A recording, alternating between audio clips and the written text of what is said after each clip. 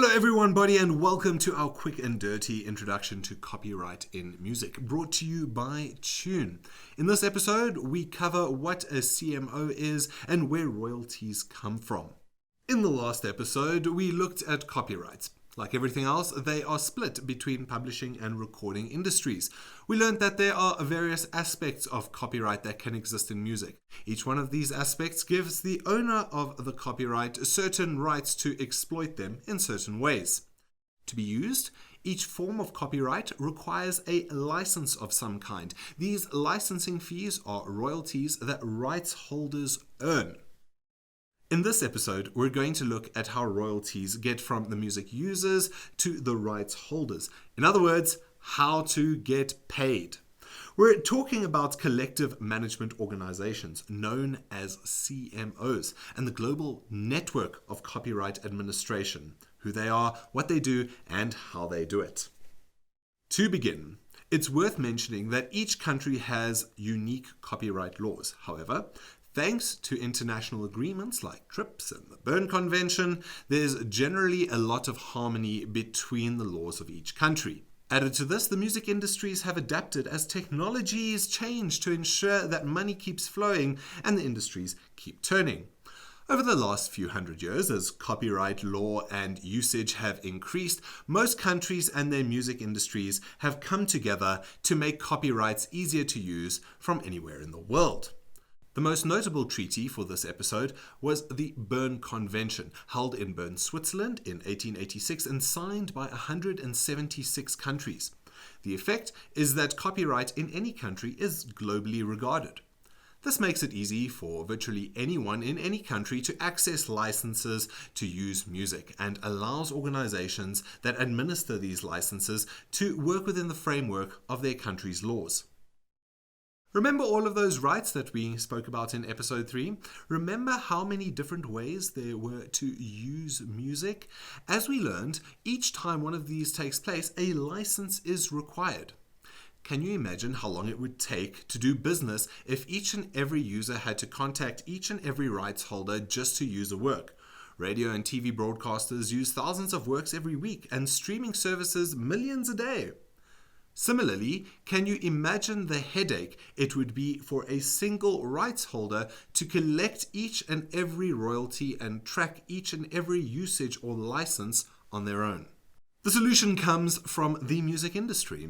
The industries have developed a system called collective management, where they establish societies, organizations, and federations specifically to administer music licensing and the collection and distribution of royalties. Simply put, these CMOs act a bit like trade unions. Rights holders are able to sign up with them as members and assign the administration of the copyrights over to the CMO. The CMOs then manage licensing and royalty administration on behalf of their members collectively. They issue licenses and collect fees, monitor copyright usage, collect royalties, and distribute them to the right owners. In most places in the world, like South Africa, there is an individual CMO for each aspect of copyright. The phrase CMO is technically an umbrella term referring to any copyright management society that is a non-profit organization and is also owned by its members. A CMO that deals with a specific aspect of a copyright has its own name. In South Africa, we have the following organizations. In the publishing industry, we have a performance rights organization, or a PRO, called Samro, and a mechanical rights organization too, an MRO, called Capasso. They administer publishing rights. In the recording industry, we have a music licensing collective, or an MLC, called Sampra, that administers neighboring rights, and a recording industry trade association called RISA. Each CMO plays 3 roles. Firstly, they administer the rights of their members, ensuring that they receive the royalties just like every other CMO around the world does for its members. Secondly, and thanks to the Berne Convention, they monitor the use of all copyrights generated in their country by their members and members of CMOs in other countries, which is called reciprocity. Lastly, they have a mandate to prevent copyright infringement, more commonly known as piracy. If they find a person or organization that is using music without a license, they will take action against them to get all of the revenue that should be paid to the rights holders. To clarify reciprocity, let's use Samro as an example from South Africa and PRS as the performance CMO from the United Kingdom. Samro will administer performance royalties that exist in South Africa and collect every single performance-based royalty that is generated in South Africa.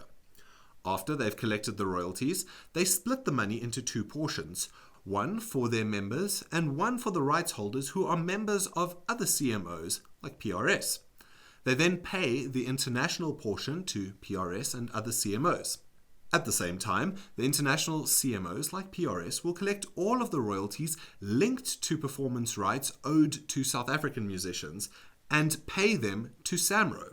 Samro then pays its members all of the royalties due to them, including all of those generated in South Africa and all of those from every region that has a performance rights organization.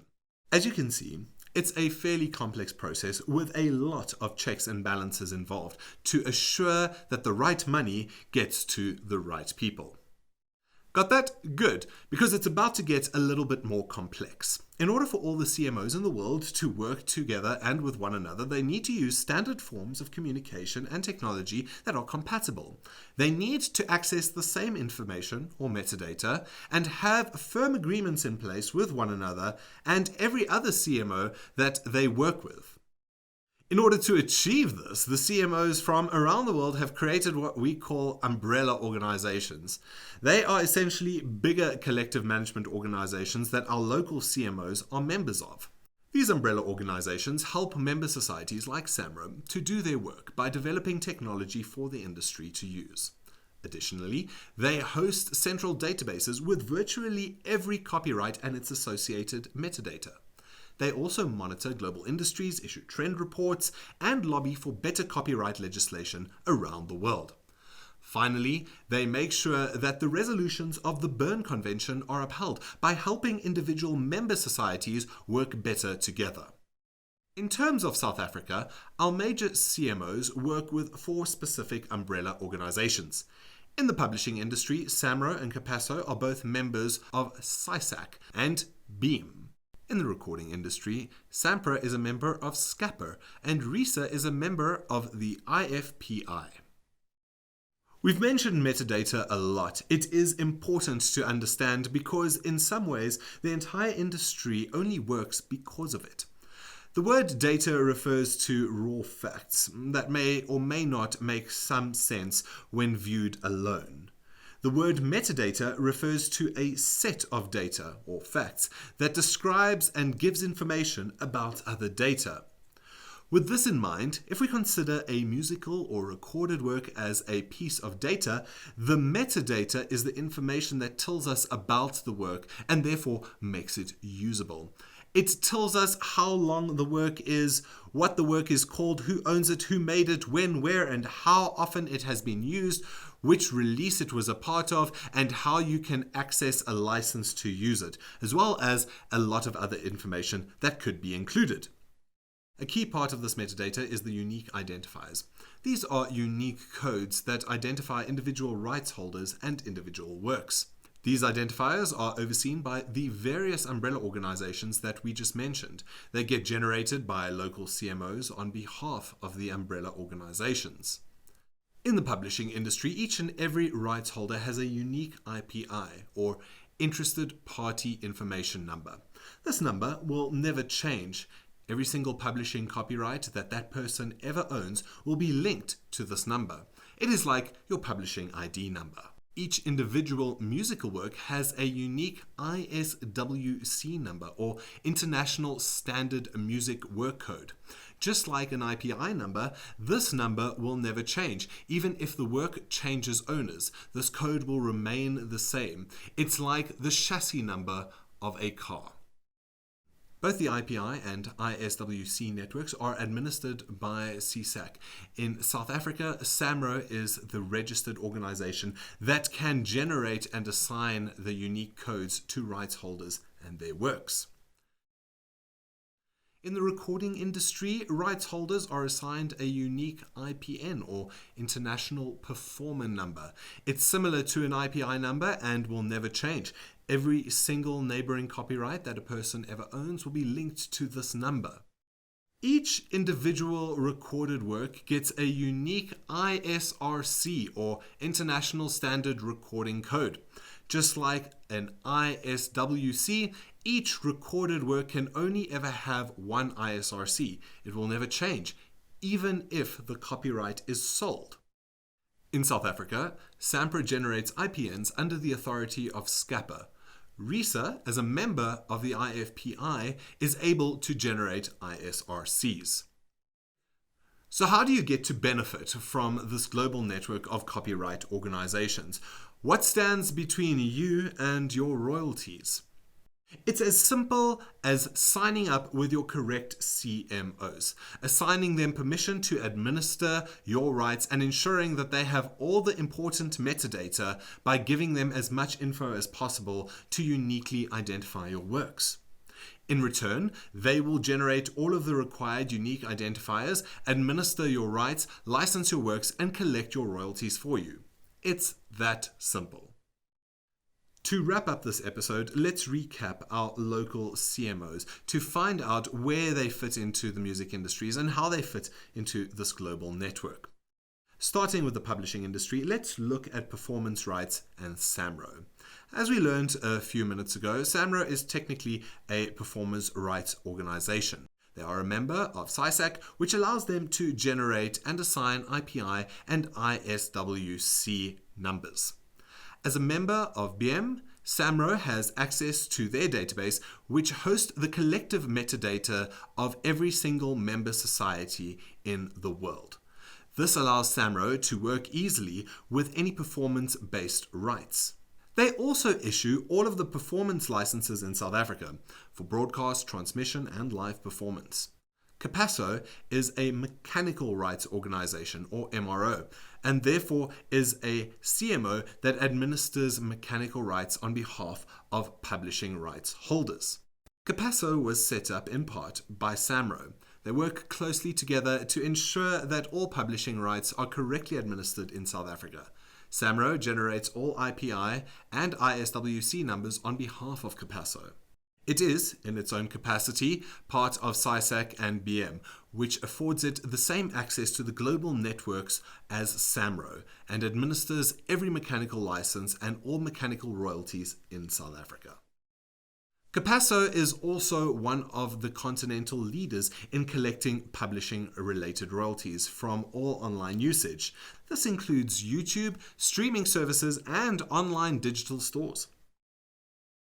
In the recording industry, Samro is an MLC, or Mechanical Licensing Collective, that administers our neighboring rights. Through its membership with SCAPA, Samro is able to generate IPN numbers, as well as access their massive database, similar to BM's database. Samro was set up in part by RISA, which hosts the collective metadata of every single member society, which means that they work together to an extent. This allows Samro to work easily with any neighboring-based rights and issue all of the neighboring licenses in South Africa for broadcast and transmission on behalf of the rights holders from around the world. The last CMO that we need to talk about is technically a trade association, which acts like a CMO. A trade association is an organization founded and funded by businesses that operates in a specific industry for that industry's development. In this case, RISA advances the interests of the recording industry. At the same time, as a member of the IFPI, they are able to generate and allocate new ISRCs. Just like the IFPI, they have a mandate to monitor the recording industry and create reports to show where it stands. And that's that. Now you know the ins and outs of how licenses and copyrights and royalties work in the music industries and in South Africa. Make sure you go through our study guide and attend our live masterclasses to fully empower yourself as a South African musician. And stay tuned to tune.app for more free tools that will help you empower and manage your copyrights and earn the royalties you deserve.